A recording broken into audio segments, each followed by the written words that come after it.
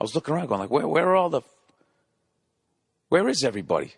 It's just a bunch of old people just sitting there. And I guess they're all at these other casinos that have these DJ rooms. So here's the funny thing. The typical fucking thing. So this is the big war now.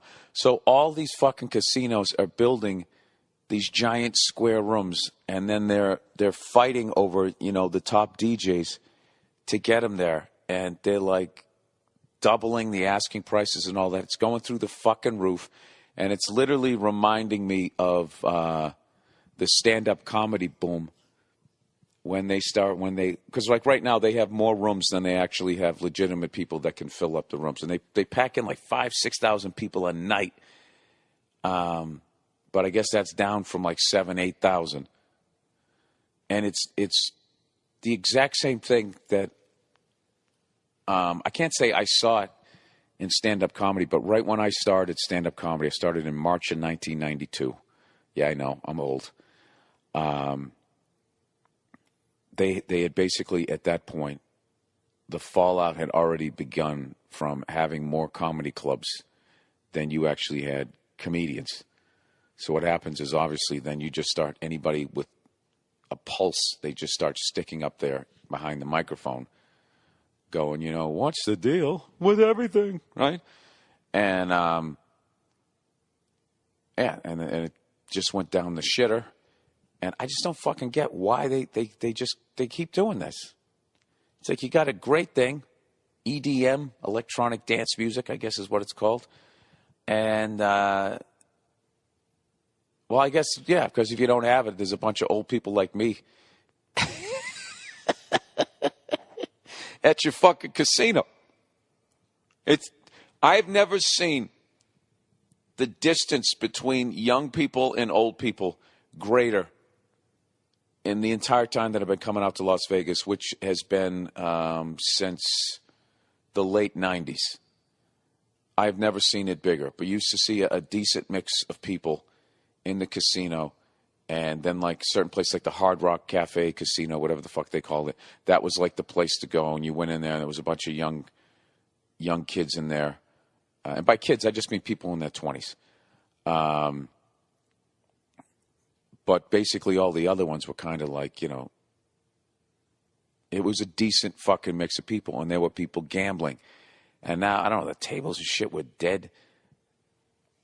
Granted, it's a fucked up time to come out here. Hockey and basketball are over, so a lot of the sports books are kind of drying up. But, like, it's going to be interesting to see when this bubble bursts exactly what is going to happen and what the fuck they're going to... They don't give a shit. I was going to say what they were going to do with their rooms, those giant square rooms, what they can turn them into.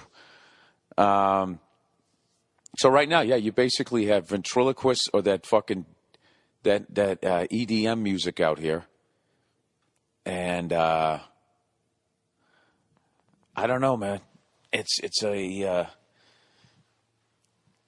I just that thing is gonna fucking nosedive. It's gonna nosedive. I mean, you got to be thinking that as you just keep building another room. We're giving him $50 million. We'll give him $60 million. This is like what the Red Sox and Yankees did. The next thing you know, you got Eric Gagne up there fucking doing that shit. And then it's over. Then one day somebody just stands back and goes, what the fuck are we doing? But you got to do it. That's what back when I was coming up, it was that hair metal shit. Everybody blew out their hair, right? Said something about the devil, and then you had a little fucking ballad. And then you shot the ballad, right? And the ballad was always in black and white in the beginning. And then when the guitar solo finally came in, that's when it went into color. They just ride it into the fucking... I think that's what you do on that side of the business. You see a trend. This is where the money's going. And you just fucking jump on that horse. You don't stop for water. You just ride that thing until it dies. Then you get off the fucking thing. And you act like you never rode the horse. And, oh, dude, EDM, I can't even listen to that shit. Even though you made like $1 zillion fucking dollars off of it. So, I don't know. I know I'm obviously in way over my head here. I don't know what I'm talking about, but I found it really fascinating. And I got to tell you, I'm happy for all those goddamn DJs, you know? I mean, you know what's great about their like stand-up comedy bubble here, this thing that they're fucking riding, is they are making money. They're going to be set for life. All right? So if there's any goddamn DJs listening to this fucking thing, I better not see you on some behind the music thing talking about how you blew your $50 million a fucking year. You should be set for life. Oh my God. If I made $50 million in one fucking year, you figure, all right, you're giving away 10 to your agent, 10 to your manager. That's 10 million. Now you're down to 40 million. Then the government's going to come in and they're going to fucking whack you for at least half that. So you still got like 19 million bucks. Just go out and just buy a $5 billion piece of but then then you got to pay the property taxes on that.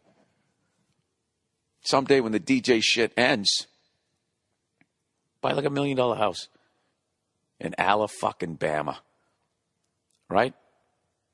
Go down there in Alabama where everything's fucking cheap, or Arkansas, something like that, and just buy yourself a big spread, pay the fucker off, and then when the whole thing goes into the shitter and nobody cares about that music anymore because it's, you know, you got to wait 20 years until it becomes cool again.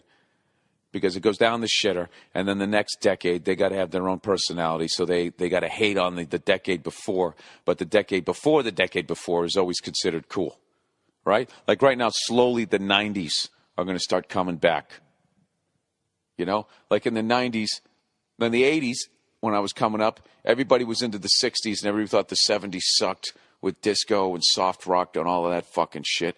And then in the 90s, all of a sudden the 70s became cool again, right? And there was all these movies like Boogie Nights and all of that fucking stuff.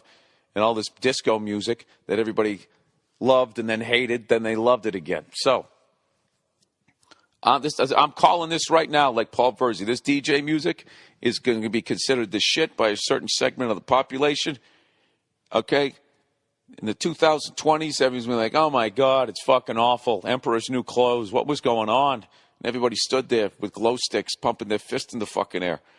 And then the hipsters of the 2030s, of the 30s, they're basically going to be like, I don't know what the fuck they're going to do. They'll be walking around with mouse heads on top of their fucking heads. Gee, Bill, that's really insightful. So you mean like nothing's going to change in the future? Yeah, that's basically what I'm saying. Go fuck yourselves. All right, this is the Monday Morning Podcast.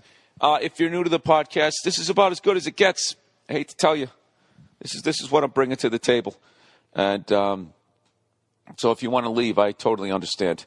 Oh, my God, the fucking iPhone. I get it. I heard the first fucking one. Jesus fucking Christ. Why does it do that? It rings, and then you don't pick it up. I literally push the fucking button to say I don't want to. You know what's funny? Some DJ that boom, boop, boop, boop, boop, boop, boop, boop, boop, boop, boop. They could turn that into a hit song. And if you be, you know, like they could blend that with Guns N' Roses, whatever the fuck, that Sweet Child of Mine, which, by the way, I heard the blending of that last night at this bar that I was at, and I literally thought that somebody had put on two fucking stereos at the same time. Stereos, that's how old I am. And I got to be honest with you, it sounded like absolute shit. That was not a good example of that. It fucking annoys the shit out of me when young kids think that that's fucking amazing. When somebody blends this album with that album and they can't fucking believe it. Like, oh shit, how did they do that? It's like, well, you basically, you find two songs that are the same tempo. You know? That's all you need. If they're the same tempo, they'll all fit. That's it. So that's your homework this week. Some up-and-coming DJ, I want you to have a hit. I want you to get out here to Vegas and start vacuuming up all this money that they're throwing at these DJs out here. Take that fucking boop, boop, boop, boop, boop, boop, boop, boop, boop, boop, boop, whatever the fuck that is, you know, and blend that with Lawrence Welk's Winchester Cathedral. or whatever the fuck you want to do with it. I don't give a shit.